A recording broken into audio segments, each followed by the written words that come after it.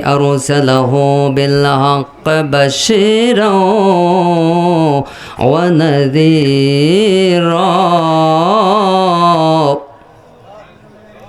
فقد قال الله تعالى في كلامه المجيد وفرقان الحميد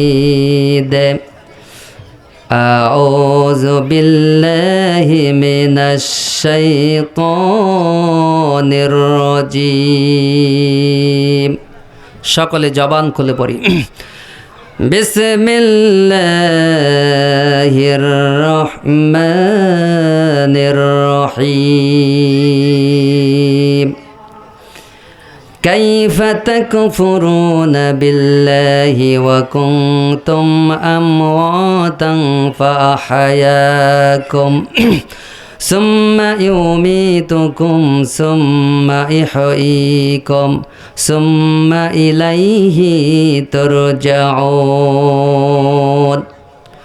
وقال الله تعالى في كلامه المجيد وفرقان الحميد أعوذ بالله من الشيطان الرجيم بسم الله الرحمن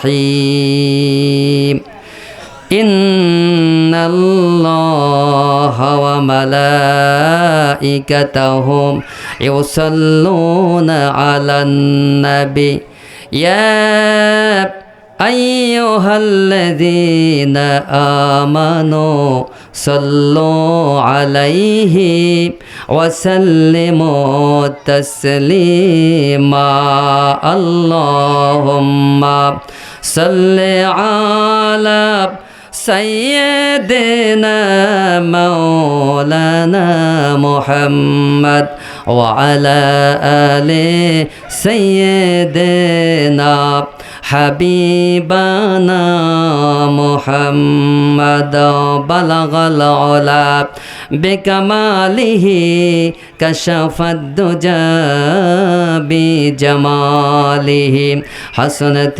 جميع خصاله صلوا عليه وآله मुझे कुछ मिले या न मिले मोहम्मद मिले या ले ओ शेख जिस अल्लाह मिले बलगल उला बिकमालिही कशफ الدجى بجماله حسنت جميع خصاله صلوا عليه وآله لا إله إلا الله سبحان الله الحمد لله لا إله إلا الله سبحان الله الحمد لله لا إله إلا الله لا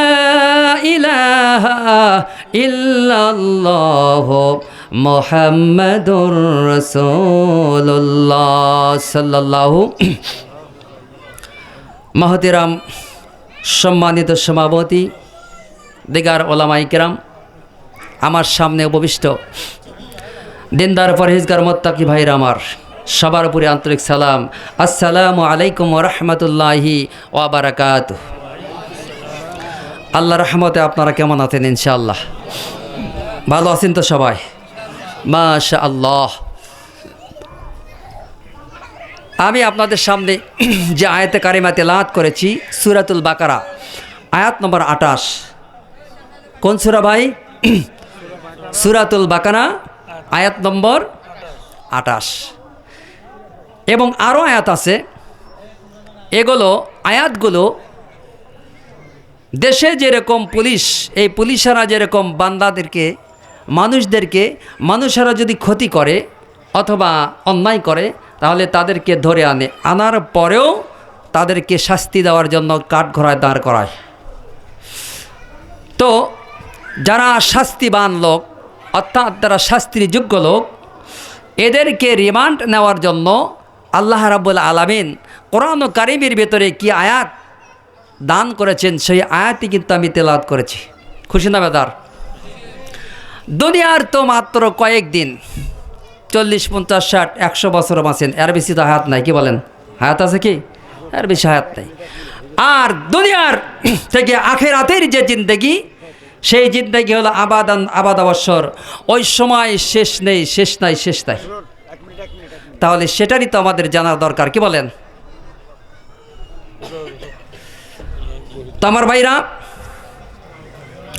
আমি যে কোরআন কারীম থেকে যে আয়াত তেলাওয়াত করেছি সেটা হলো এই বাংলাদেশ। আমরা বাংলাদেশের বসবাস, তাই নাকি? বাংলাদেশের বাসিন্দা আমরা। এ বাংলাদেশে মুসলমান কত পার্সেন্ট একটু বলুন দেখি, দয়া করে বলুন কত পার্সেন্ট? 90% মুসলমান। এই দেশে কি চোর আছে? আছে কি? ডাকাত, ছিনতাইকারী, রাহাজানি, জেনাখোর, খনি, বদমাইশি, আলঠালা, জমির আলঠালে সব আছে। তাহলে তো দুঃখের বিষয়। কি বলেন? শতকরা 90% মুসলমানের দেশে যদি এলে সব থাকে তাহলে আমার তো কপাল পোড়া। কি বলেন? ঠিক না বা ঠিক? তাহলে এদেরকে তো আল্লাহ পাক রিমান্ড নেবে না ছেড়ে দেবে? কি বলেন? ছেড়ে দেবে না রিমান্ড নেবে? সাউন্ড একটু বেশি দাও ভাই। তো এদেরকে আল্লাহ রাব্বুল আলামিন কোরআন ও কারিমের ভেতরে বলছে, আমরা চুরি করতেছি, ডাকাতি দিতেছি, খুন করতেছি, খারাপি করতেছি, সব কিছু করতেছি। আমাদের মনের ভিতরে যদি থাকতো যে আল্লাহ রাব্বুল আলামিনের কাঠগড়ায় আমার দাঁড়াতে হবে, কিয়ামতের ময়দানে হাজির হতে হবে, তাহলে কিন্তু আমি এগুলো অন্যায় কাজ করতে পারবো? জোরে কোন পারবো? পারবো না। কিন্তু আমার ভিতর থেকে সেলে দূর হয়ে গেছে, এই জন্য আমি এই কাজটা করতেছি, খারাপ কাজটা করতেছি। ঠিক না ভাই? ঠিক। আমার ভাইরা, আমার হুঁশ নাই, আমাদের হুঁশ কিন্তু নষ্ট হয়ে গেছে। আমরা মনে করতেছি চুরি করতেছি, দুনিয়াতে শেষ, এর মনে হয় বিচার হবে না, আমি বেঁচে যাব। কিন্তু না, কখনো বাঁচা সম্ভব নয়, আমি বাঁচতে পারবো না। আল্লাহ রাব্বুল আলামিন কোরআন ও কারীমের ভিতর বলতেছে, কাইফা তাকফুরুনা বিল্লাহি ওয়া কুনতুম আমওয়াতান ফাআহয়াকুম সুম্মা ইউমীতুকুম সুম্মা ইহয়ীকুম। একটু বলেন বেশি দাও। সুম্মা ইহয়ীকুম সুম্মা ইলাইহি তুরজাউন। আল্লাহু আকবার বলেন। আল্লাহ রাব্বুল আলামিন বলেন, দুনিয়ার মানুষ তুমি বোঝো না, আমি আল্লাহ রাব্বুল আলামিন তুমি যখন ছিলে না পৃথিবীতে, যখন তুমি পৃথিবীতে ছিলে না, কিছুই তুমি পৃথিবীতে ছিলে না, তোমার কোনো কিছু পৃথিবীতে ছিলে না, তুমি মৃত্যু ছিলে। কথা ঠিক না বা ঠিক? তুমি মৃত্যু ছিলে, মৃত্যু থেকে আমি আল্লাহ রাব্বুল আলামিন তোমার মায়ের রেহেমের ভিতরে যখন তুমি ঢুকে গেলে, তখন আমি আল্লাহ রাব্বুল আলামিন তোমাকে কি করলাম? ওখানে জিন্দা করে বের করে দিলাম। কথা ঠিক না বা ঠিক? আমরা বের হচ্ছে কি না? তোমাদেরকে জিন্দা করে বের করে দিলাম। এরপরে তোমরা কেমন করে আল্লাহ রাব্বুল আলামিনের কুফরি করো? আল্লাহ রাব্বুল আলামিনের আয়াতকে কেমনি করে তোমরা অস্বীকার করতে পারো? কেন ভুলে যেতে পারো আল্লাহকে? আল্লাহকে ভুলে যাওয়ার কোনো সুযোগ নাই। আল্লাহ পাক বললেন, আমওয়াতান ফাআহয়াকুম, আমি তোমাদেরকে কি করলাম? ওই মৃত্যু থেকে জীবন দান করে দিলাম। এরপরে যখন তুমি দুনিয়াতে আসলে তখন 40 বছর, 50 বছর, 100 বছর, 100 বছর তোমার হায়াত হয়ে গেল। এরপরে আমি আল্লাহ রাব্বুল আলামিন তোমাকে আবার দেয়া দেব কোথায়? সুম্মা ইউমীতুকুম, আমি তোমাকে আবার দুনিয়া থেকে বিদায় করে দেব। কবরের বাসিন্দা হয়ে কবরের ভিতরে তোমার ঘুমিয়ে যেতে হবে। ঘুমিয়ে যখন যাবে, এরপরে তোমার শেষ নাই। তুমি মনে করতেছ তোমার শেষ হয়ে গেছে। মানুষ, তুমি ভুলের ভিতরে আছো, তুমি শেষ নও, শেষ নও। আমি আল্লাহ রাব্বুল আলামিন তোমাকে আবার কি করব? সেখান থেকে সুম্মা ইহয়ীকুম সুম্মা ইলাইহি তুরজাউন।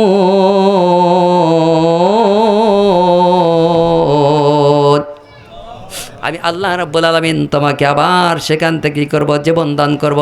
জীবন দান করার পর তোমাকে আবার হাজির করব আমার দরবারে। ওই দরবারে তোমার বিচার হবে। বিচারের জন্য আমি আল্লাহ রাব্বুল আলামিন কাঠ করা স্থাপন করে রেখেছি। বাসার উপরে আছে, চোরের বাসার উপরে আছে। এরপরে আমার আল্লাহ বলেন, শুধু তাই নয় দুনিয়াবাসী, শুধু তাই নয়, এখান থেকে ক্ষান্ত নয়। তুমি মনে করছো যে দুনিয়াতে তুমি সব কিছু করতেছো, আমার আল্লাহ তোমাকে দেখছেন না? আমার আল্লাহ তোমার দেখছে। সাউন্ড বেশি দাও। আমার আল্লাহ তোমার দেখছে। কেমন করে দেখছে? আমি আল্লাহ রাব্বুল আলামিন তোমাকে এমনভাবে দেখতেছি। কেমনভাবে দেখতেছি? ফামাইয়া আমাল মিসকালা যাররাতিন খায়রান ইয়ারাহ। বান্দারে, তুমি যে চুরি করো, ডাকাতি দাও, ছিনতাই করো, রাহাজানি করো, খুন করো, যে সব কাজ করতেছ, এটা যদি সামান্য একটু হয়, জাররা পরিমাণ হয়, তাহলে আমি আল্লাহ রাব্বুল আলামিন ওই জাররা পরিমাণ নেকি নিয়ে তুমি কবরে উঠবে। আমি আল্লাহ রাব্বুল আলামিন ওই নেকির বল্লা তোমার সামনে হাজির করে দিব। বান্দারে, শুধু তাই নয়, এরপরে যদি তুমি খারাপ কাজ করো, আমি আল্লাহ রাব্বুল আলামিন ওয়া মাইয়ামাল মিসকালা যাররাতিন শাররান ইয়ারাহ। আল্লাহু আকবার। আমি আল্লাহ রাব্বুল আলামিন তুমি যারা পরিমাণ যদি মানুষের অনিষ্ট করো, মানুষের যদি ক্ষতি করো, মানুষের অন্যায় করো, চুরি করো, তুমি ডাকাতি দাও, তাহলে আমি আল্লাহ রাব্বুল আলামিন সেই দপ্তর তোমার সামনে আমি হাজির করে দিব। বাঁচার উপায় আছে? কি বলেন, উপায় আছে? বান্দারে, তুমি তোমার মাকে মেরেছ, এমন ব্যক্তি পৃথিবীর ভিতরে আছে কিনা বলুন? যেই মাত্র বিবাহ করলো, সেই মাত্র মা আর বাবাকে দূর দূর করে তাড়ে দেয়, অন্য জায়গায় জায়গা দিয়ে দেয়। এমন কি এত বড় জাহান্নামী বান্দা আছে, ওই ছেলে মাকে ধাক্কা মেরে দূরে সরে দেয়, মার গায়ে আঘাত করে, বাবার গায়ে আঘাত করে। এরকম আছে কিনা বলেন? আঘাত দিয়ে দেয়। কিন্তু তুমি যে ঘরের ভিতরে তোমার মাকে, তোমার বাবাকে অন্যায়ভাবে তুমি তাকে মারতেছ, দুনিয়ার কেউ দেখে না, দেখে আমার আল্লাহ। দেখে কে? আল্লাহ দেখতেছে। আল্লাহ রাব্বুল আলামিন বললেন, বান্দারে, তোমার হক আদায় করো, আল্লাহর হক, আল্লাহর সঙ্গে নামাজ পড়া আল্লাহর হক, রোজা রাখা আল্লাহর হক, যাকাত দেওয়া আল্লাহর হক, হজ করা আল্লাহর হক, এমনি করে দান করা এটা হলো আল্লাহর হক। আল্লাহ রাব্বুল আলামিন ইচ্ছা করলে তোমার মাফ করে দিতে পারে, আর ইচ্ছা করলে ধরতে পারে। কিন্তু হকুল ইবাদি, বান্দার সঙ্গে যেগুলো তুমি অন্যায় করেছো, অত্যাচার করেছো, সেগুলো আমার আল্লাহ কখনো তোমারে মাফ দেবে না। সেটা কখনো মাফ দেবে না। আমার ভাইরা, মাকে যদি ধাক্কা মেরে দাও, মাকে যদি তুমি হত্যা করো, মাকে যদি একটা আঙ্গুল দিয়ে আঘাত করে দাও, তাহলে আমার আল্লাহ রাব্বুল আলামিন দেখতেছে না? কারণ হাদিস শরীফের ভিতরে আছে, তুমি যদি পিতামাতার উপরে মারো, আঘাত করো, তাহলে তোমার নফল ইবাদত থেকে শুরু করে নে ফরজ ইবাদত, যত কিছু কোন সমস্ত ইবাদতগুলো আল্লাহর দরবারে কবুল হবে না। নাউজুবিল্লাহ। আল্লাহর দরবারে কবুল হবে না। এই জন্য আল্লাহ রাব্বুল আলামিন কোরআনের মধ্যে বলতেছে, বান্দারে, তুমি এমনি ভাবে এগুলো অন্যায় করতেছো, অত্যাচার করতেছো, আমি আল্লাহ মনে হয় তোমাকে ধরতে পারবো না।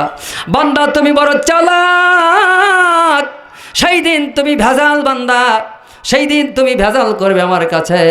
এই জন্য আমি আল্লাহ রাব্বুল আলামিন তোমার এমন একটা জায়গায় দাঁড় করাই দেব, আর তোমার নিজের শরীর থেকে আমি আল্লাহ রাব্বুল আলামিন তোমার পক্ষে এবং বিপক্ষে দাঁড় করাই দিব। এমনভাবে দাঁড় করে দিব, আল্লাহ পাক সূরা হলো আপনার সবচাইতে সুন্দর একটি সূরা, যে সূরা ফজরের নামাজের পর আল্লাহর বান্দারা পড়ে। এই সূরার নাম হলো সূরাতুল ইয়াসিন।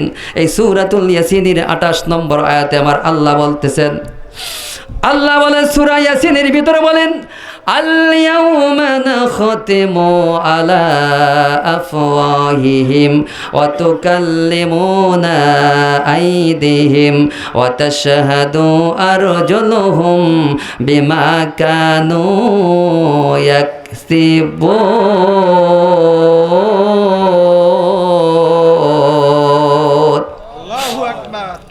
আমার আল্লাহ বলতেছেন, বান্দারে তুমি তো এরকম 2 নম্বর বান্দা, পৃথিবীতে 2 নম্বর করে এসেছ, কিন্তু আজকে 2 নম্বরে তোমার চলবে না। আমি আল্লাহ রাব্বুল আলামিন তোমার কি করব? তুমি যে মুখ দিয়ে মিথ্যা কথা বলবে, আজকেও কিন্তু তুমি মিথ্যা কথা বলবে। কথা ঠিক না বা ঠিক? তুমি কিন্তু আজকেও ভেজাল, আজকেও মিথ্যা কথা বলবে। এই জন্য আমি আল্লাহ রাব্বুল আলামিন আল-ইয়াউমা নাখতিমু আলা আফওয়াহিহিম, তোমার মুখকে আমি মোহর করে দিলাম, তোমার মুখকে মোহর করে দিলাম। এরপরে শুধু ক্ষান্ত নাই, ওয়া তুকাল্লিমুনা আইদিহিম, তোমার যে হাত রয়েছে বান্দা, ওই হাতকে আমি কথা বলার সুযোগ দিয়ে দিলাম। ওই হাতের দ্বারা তুমি কথা বলতে পারবে। এই জন্য পটাপট তুমি ভালো করছো না খারাপ করছো, তোমার হাতটুকু তোমার বিপক্ষে অথবা পক্ষে সাক্ষ্য দিবে, জোরে জোরে বলবে। এরপরে শুধু পা আছে, পা থাকবে না, এই পা তোমার পক্ষে কি করবে?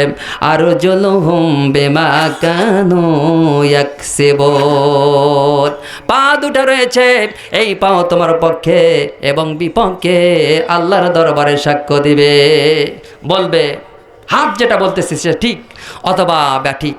এই কথা পাটুকু বলবে, জোরে বলে আল্লাহু আকবার। তাহলে চিন্তা করে দেখুন, আমাদের এখানে হারাম ভালো মন্দ সব কিছু করার কি উপায় আছে ভাই? আছে কি উপায়? শোনা যায়, পেপার পত্রিকা পড়েছি, দেখা যায় নির্যাতন করেছে। এই 90% মুসলমানের দেশ, এই দেশে আশ্রম আছে কিনা বলেন? আছে। সেখানে বৃদ্ধ আর বৃদ্ধাদেরকে ওখানে রেখে আসে। কত আশ্চর্য কথা আমার ভাইরা। এই জন্য আপনার আমার কিন্তু জেনে রাখবেন, আপনার আমার একটা ইবাদত আল্লাহর দরবারে কবুল হবে না যদি তাদের সঙ্গে আবার খারাপ আচরণ করি। কথা ঠিক না বা ঠিক? এটা দলিল আমি আপনাদের পেছনে দিচ্ছি। আমার ভাইরা, নবীজি বলেন, ওয়ান আব্দুল্লাহ ইবনে আমর রাদিয়াল্লাহু তাআলা আনিন নবী সাল্লাল্লাহু আলাইহি ওয়াসাল্লাম قال رضا ربي في رضا الوالد وسخط ربي في سخط الوالد। হযরতে আব্দুল্লাহ ইবনে আমর রাদিয়াল্লাহু তাআলা বর্ণিত, বিশ্ব নবী বলেছেন, হে দুনিয়াবাসী, হে মুসলমানেরা, তোমরা শুনে রেখো, জেনে রাখো, তোমার পিতামাতার সন্তুষ্টি আল্লাহর সন্তুষ্টি, তোমার পিতামাতার অসন্তুষ্টি আল্লাহ তাআলার অসন্তুষ্টি। তিরমিজি শরীফের হাদিসের ভিতরে আসছে যে পিতামাতাকে তুমি সন্তুষ্ট রাখো, আল্লাহ তোমার সন্তুষ্ট হবে, জোরে বলে আল্লাহু আকবার। আর পিতামাতার সঙ্গে খারাপ ব্যবহার করবে, আল্লাহ তোমার বিরুদ্ধে যাবে।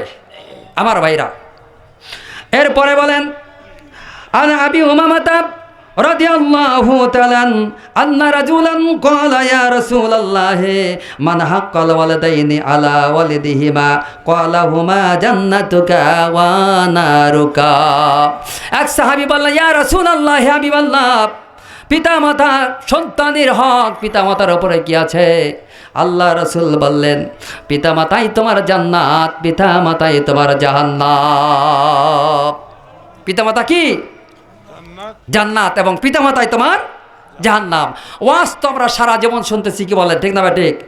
আপনার এরশাদের সময়ে ৬৬,০০০ গ্রাম বাংলা ছিল, আর এখন অন্ততপক্ষে ২,০০০ বৃদ্ধি হয়েছে, ধরেন তাহলে কত হলো? ৭০,০০০। ৭০,০০০ গ্রাম বাংলায় প্রতিটা গ্রামে গ্রামে ২-৩টা করে মাহফিল হলে কত হাজার হয় বছরে? কথা বলেন। তাহলে আপনার সবাই তো ইসলাম ইমানদার বান্দা হওয়ার কথা। কথা ঠিক না ভাই? ঠিক। কিন্তু হই না কেন? এই যে এই কান দিয়ে শুনতেছি, এই কান দিয়ে বের করে দিচ্ছি। কথা ঠিক না ভাই? ঠিক। আমার ভাইরা, এই জন্য আমরা আজকে কিছু আমলের কথা বলবো, যে আমল আপনার আমার কাজ দেবে, ভবিষ্যতে কাজ দেবে ইনশাআল্লাহ। এই কথা শুনবো আমরা। যারা বলি লিল্লাহে তাকবীর, লিল্লাহে তাকবীর। আমি দোকানদার ভাইদেরকে দৃষ্টি আকর্ষণ করছি এবং কমিটির নেতৃবৃন্দকে বিশেষভাবে আহ্বান করছি যে দোকানগুলো উঠায় দেন। আপনাদেরকে বিশেষভাবে আহ্বান করছি যে দোকানগুলো উঠে ফেলুন এবং তাফসীরুল কোরআন মাহফিলের মঞ্চের মধ্যে এসে বসে পড়ুন। স্বেচ্ছাসেবকগুলো রাস্তায় দাঁড়াবো কতক্ষণ? স্বেচ্ছাসেবক ভাইরা আপনারা রাস্তায় বের হন। রাস্তা গ্যাঞ্জাম হচ্ছে, এর জন্য কোনো গ্যাঞ্জাম না থাকে। সুবহানাল্লাহ আলহামদুলিল্লাহ লা ইলাহা ইল্লাল্লাহ, জোরে মোহাব্বতে লা ইলাহা ইল্লাল্লাহ, জোরে লা ইলাহা ইল্লাল্লাহ। সুবহানাল্লাহ আলহামদুলিল্লাহ লা ইলাহা ইল্লাল্লাহ, লা ইলাহা ইল্লাল্লাহু মুহাম্মাদুর রাসূলুল্লাহ সাল্লাল্লাহু আলাইহি ওয়াসাল্লাম। সাহাবী আজমাইন, রাসূল করিম সাল্লাল্লাহু আলাইহি ওয়াসাল্লামের সাহাবী আজমাইন, ওনারা কি বড় না আমরা বড়? মর্যাদার দিক থেকে কে বড়? ওনারা বড়। ওনারা যদি পিতামাতার সঙ্গে একটু সামান্য খারাপ ব্যবহার আচরণ করে থাকে, ওদেরও আল্লাহ রাব্বুল আলামিনের রাসূল নিজ মুক্তি বলেছেন, জবানি বলেছেন যে তোমাদেরও কি হবে না, ফরজ এবং নফল ইবাদত, কোনো ইবাদত আল্লাহর দরবারে কবুল হবে না, তবে জাহান্নামী জাহান্নামী জাহান্নামী। জোরে বলি নাউজুবিল্লাহ। ঘোষণাটা কার? জোরে কোন ঘোষণাটা কার? আল্লাহর ঘোষণা। আমার ভাইরা, ওই নবীর সাহাবী হলো আলকামা রাদিয়াল্লাহু তাআলা আনহু। আলকামা রাদিয়াল্লাহু তাআলা আনহু দুনিয়ার থেকে বিদায় হয়ে যাবেন। এই সময় মৌতের সময় তার স্ত্রী এসে বলতেছে, তার স্ত্রী বলতেছে রসুলের কাছে, সে বলছে ইয়া রাসূলুল্লাহ, হাবিবাল্লাহ, আমার স্বামী হল আলকামা, ওনাকে বারবার আমি তওবা করতেছি, কিন্তু ওনার জবানে কলেমা নসিব হয় না। আপনি এমন একটা শিক্ষা দিয়ে দেন, এমন একটা কালাম শিক্ষা দিয়ে দেন যে সেটা যদি আমার স্বামীর কাছে বলা হয় তাহলে আমার স্বামী কি হয়ে যাবে, কালেমাটা সুন্দরভাবে পড়তে পারবে। উনি বললেন যাও, হ্যাঁ, আমার সাহাবীর ভিতর থেকে 4 জন সাহাবীকে নিযুক্ত করলেন। হযরতে বিলাল রাদিয়াল্লাহু তাআলা, হযরতে আম্মার আর হযরতে আলী রাদিয়াল্লাহু তাআলা আনহুকে বললেন তোমরা যাও তাড়াতাড়ি। আর একজন সাহাবী, মোট 4 জন সাহাবীকে উনি পাঠিয়ে দিলেন, যাও তাড়াতাড়ি আলকামার বাড়িতে যে খবরটা শুনে আসো, কি অবস্থা হইতেছে আলকামার, এটা আমার কাছে তোমরা প্রকাশ করে দাও। ওনারা 4 জন চলে গেলেন। 4 জন যাওয়ার পর কালেমা তালকিন দিতেছে, কিন্তু কালেমা পড়তে পারে না, অন্য কিছু বলে, কালেমাটা তারা নসিবে আসে না। ওখান থেকে চলে গেলেন। এখন প্রশ্ন হলো 4 জন কেন দরকার? একজন গেলেই তো হতো, কিন্তু 4 জন কেন যাওয়া লাগলো? কানে প্রশ্ন আসে কিনা বলেন? 4 জন গেলেন, 4 জনের ভিতরে সাক্ষী যেন থাকে এই ব্যাপারে 4 জন। 3 জনের পরে 4 জন সাক্ষী হলে মজবুত হয়ে যায়, কথা ঠিক না বা ঠিক? এই জন্য রাসূল করিম সাল্লাল্লাহু আলাইহি সাল্লাম 4 জনকে প্রেরণ করে দিলেন, যাও আলকামার বাড়িতে। আমার ভাইরা, আলকামার বাড়িতে যেই মাত্র গিয়েছে, ওনাকে তালকিন দেয়, কিন্তু অনেক কি করেন না, কালেমা ওনার নসিব হয় না। তারপরে